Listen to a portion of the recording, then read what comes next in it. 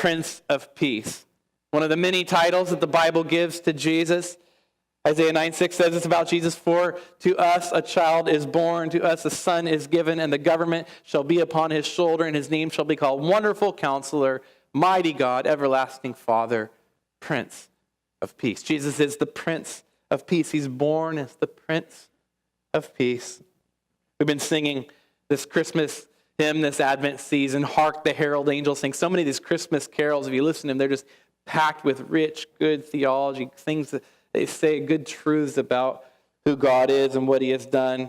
The third stanza of Hark the Herald Angels Sing says, Hail the heaven-born Prince of Peace, hail the Son of Righteousness, light and life to all he brings, risen with healing in his wings. Jesus, he is the light. He's the one who gives his peace. He gives his righteousness. He gives light. He gives life.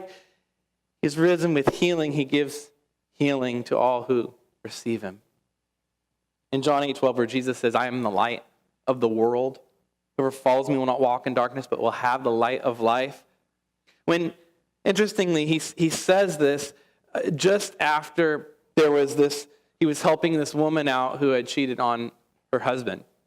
Back then, adultery was illegal. Well, actually, it's still illegal in the U.S. in like 21 states as a misdemeanor. Anyway, this woman, she's caught in bed with another man, and in the law of Jesus' day, said she had to be stoned to death for it, harsh consequences. But before they could stone her to death for this, Jesus steps in front of her, and he bends down, and he begins writing in the dirt. And the story in John, the Bible doesn't say what he wrote. Some think he just wrote a line, don't cross this line. Some think he began to write the secret sins of the people that were standing around. The Bible doesn't say. What we do know is that after writing in the dirt for a while, he stood up and he said this, let him who is without sin cast the first stone at her. And then slowly, one by one, all those of the crowd that had gathered walked away. When they were all gone, Jesus turned to the woman and he forgave her of her sin. Some think that this woman was Mary Magdalene, the woman who had become a prostitute and whose life was forever changed by Jesus and his light entering her life. She became one of the most devoted followers of Jesus and ambassadors for him. Now, I realize talking about adultery doesn't seem like the most Christmassy thing for a Christmas Eve sermon. But I wanted to bring it up, not only because that's the context here where Jesus says he's the light and how it shows the kind of light that he brings into our lives, but I think this story helps us really see the significance of the manger. You see, if the manger is just a story about a poor couple who had a baby, then there's really nothing that special about it. I mean, many of us have had babies, or maybe you have a baby coming. But if that little baby was actually God in the flesh, and if that little baby could grow up and actually do something to forgive sin and truly bring peace to our hearts, then that story means everything to us.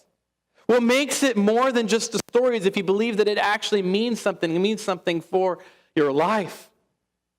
Jesus came to shine his light into our hearts and to give us peace.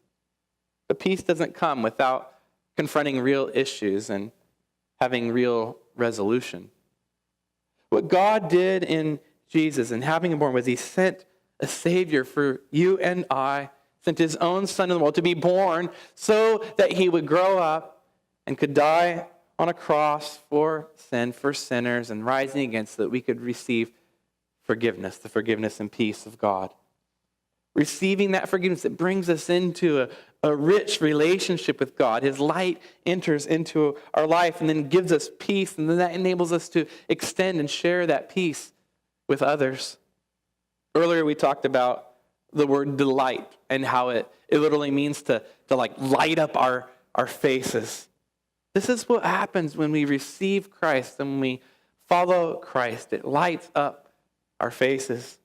2 Corinthians 3:18 in the Bible, it says it this way. We all with unveiled face, beholding the glory of the Lord, are being transformed into the same image from one degree of glory to another. Glory in the Bible, it's often synonymous with light. God's glory oftentimes shows up in various stories of the Bible as bright, shining light, his glory. And then the word image, It's the first word, one of the primary words that God uses for what it means to be a human being, that we are created in the image of God, God's image. Jesus, what he does is he restores our true humanity, lighting up our lives with his love and his grace and his peace when we behold him. That's how it happens for us, by beholding the glory of the Lord. Have our faces lit up by beholding the glory of the Lord. So that's my challenge and my petition for us this Christmas, is to behold the glory of the Lord, the light of God and the peace it brings. Look into the manger this Christmas. And when you look into the manger, see the face of your Savior, who was born to bring forgiveness and peace into our lives, that they might be lit up with his grace. Jesus truly is the Prince of Peace, the Son of God. This Christmas, tonight as we celebrate, and tomorrow, make it about more than just presents, more than just food and a party with friends and family. Make it about Jesus. Behold the glory of God and enjoying everything that you do and celebrate this season. Behold him and enjoy his wonderful light.